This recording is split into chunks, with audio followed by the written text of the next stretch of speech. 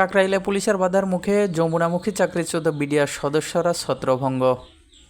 ঢাকা শাহবাগ থেকে পদযাত্রা নিয়ে অন্তর্বর্তী সরকারের প্রধান উপদেষ্টা সরকারি বাসভবন ও কার্যালয় যমুনার দিকে যাওয়ার পথে পুলিশের বাধার মুখে পড়েছেন চাকরিচ্যুত বিডিআর সদস্যরা। কাকরাইলে পুলিশের বাধার পর তারা মৎস্যভবন মোড়, কাকরাইল ও আশেপাশে ছত্রভঙ্গ হয়ে যান। আজ সোমবার বেলা 11:30টার দিকে শাহবাগে জাতীয় জাদুঘরের সামনে থেকে যমুনা অভিমুখে পদযাত্রা শুরু করেন চাকরিচ্যুত বিডিআর সদস্যরা। তারা যমুনা ঘেরাও করবেন বলে জানান। দুপুর 12টার দিকে কাকরাইল মসজিদের সামনে পুলিশ তাদের বাধা দেয়। ক্ষমতাচ্যুত আওয়ামী লীগ সরকারের আমলে চাকরিচ্যুত বিডিআর সদস্যরা চাকরি ফেরত, বিজিবির নাম আবার বিডিআর করা সহ কয়েক দফা দাবিতে আন্দোলন করছেন।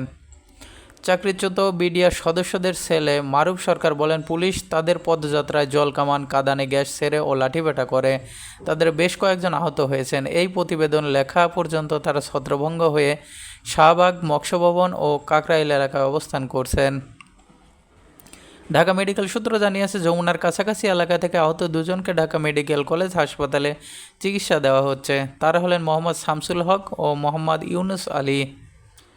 রমনা থানার পরিদর্শক আতিকুল ইসলাম বলেন, বাংলাদেশ সচিবালয় এবং প্রধান উপদেষ্টার সরকারি বাসভবন যমুনা ও এর পার্শ্ববর্তী এলাকায় যে কোনো ধরনের সভা সমাবেশ, গণজমায়েত, মিছিল ও শোভাযাত্রা নিষিদ্ধ করেছে ডিএমপি। এরপর যমুনার উদ্দেশ্যে পদযাত্রা করায় তাদের ছত্রভঙ্গ করা হয়েছে।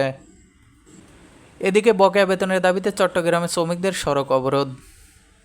বকেয়া বেতনের দাবিতে চট্টগ্রাম সড়ক অবরোধ করেছেন থিয়ানিস অ্যাপারেলস লিমিটেড নামের কারখানা শ্রমিকেরা। আজ সোমবার বেলা 2টার দিকে নগরের সিপিজেড মোড়ে অবস্থান নিয়েছে। সড়কের দুই পাশ বন্ধ করে দেন তারা। গত মে ও জুন মাসের বেতনের দাবিতে সড়কে অবস্থান করছেন তারা।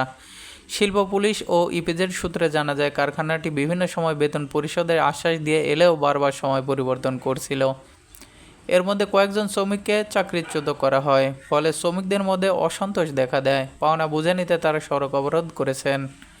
চট্টগ্রাম শিল্প পুলিশের পুলিশ সুপার আবদুল্লাহ আল মাহমুদ প্রথম আলোকে বলেন, কারখানাটি থেকে ব্যবসা কর্তৃপক্ষ 28 কোটি টাকা পাওনা আছে। যেহেতু পাওনা আছে, তাই কারখানাটি তারা বন্ধ করে দিয়েছেন।